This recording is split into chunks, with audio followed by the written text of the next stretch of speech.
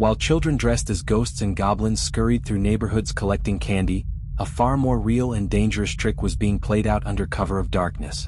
Inside a heavily secured facility in downtown LA, someone who was supposed to protect millions of dollars in cash was about to steal it. Alan Pace III wasn't what you'd expect from the architect of one of the largest cash heists in American history. No tattoos, no violent record, no flashy lifestyle. Just a 32-year-old man with a clean shirt, a quiet demeanor, and a front-row seat to one of the most vulnerable spots in America's armored cash network. As the regional safety inspector for Dunbar Armored, Alan had unrestricted access to the facility.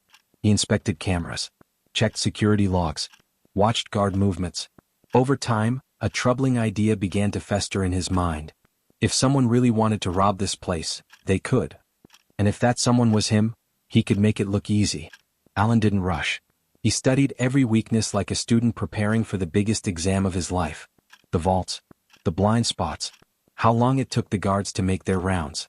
He even timed the delay between the motion sensors and the silent alarm. Then one by one he approached a group of 5 old friends. Men he'd grown up with, trusted, and believed wouldn't crack under pressure. They weren't criminals. They were blue-collar guys. Mechanics. Warehouse workers. Struggling to stay afloat in a system that never gave them a real shot. Alan offered them a choice. Help me pull off the perfect crime, and walk away millionaires. The Dunbar Armored Depot was quiet. Just a few night shift guards. Halloween gave the night a strange energy, but nothing seemed out of place. Except it was. Alan had made sure the security cameras were disabled, but not suspiciously. It was part of his job to test them. He used his company access card to let his crew in through a side door. Each man wore black, gloves on, and carried no weapons. That was Alan's rule. No guns. No violence. No mistakes. Within seconds they ambushed the guards in the break room. No one got hurt. The guards were zip-tied and forced to the floor. Alan knew the exact code to the vault. They moved like a machine, grabbing duffel bags, tossing in bricks of cash. The haul?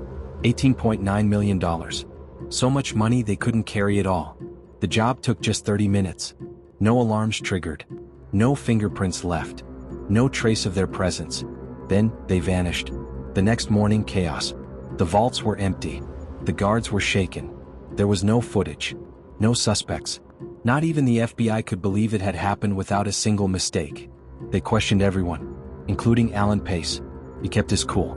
He was even fired that day for violating company protocol, showing up unannounced at the facility the night before. But no one could connect him to the crime. The crew knew the heat would be intense, so they stayed low. No one bought luxury cars. No one splurged on houses. Alan had devised a laundering system, using small businesses, real estate, and middlemen to wash the money slowly over time. For over 2 years it worked. Alan was the picture of calm, disciplined, private, cold. But money is a powerful drug, and eventually someone always slips. Eugene Hill, one of the crew members, gave some of his share to an associate who tried to use the cash, still wrapped in the original Dunbar bands, to buy a house. The FBI noticed. They traced the money back to Hill. And from there the walls began to crumble. Under pressure, one man flipped, then another. In 2001, Alan Pace was arrested, charged with masterminding the entire operation. He never fought it. He never confessed. But he also never revealed where the rest of the money went. Of the nearly $19 million stolen, more than $10 million was never recovered. Alan Pace's plan was airtight. He exploited a system he knew better than anyone. He used precision, not violence. But what he didn't account for was the human factor. Greed, fear, ego. The perfect plan didn't fail because of flaws in design. It failed because it involved people. No one saw it coming. No one could stop it. It was a heist that changed how security companies operate. And it proved one chilling truth. Sometimes the greatest threat is the one already inside.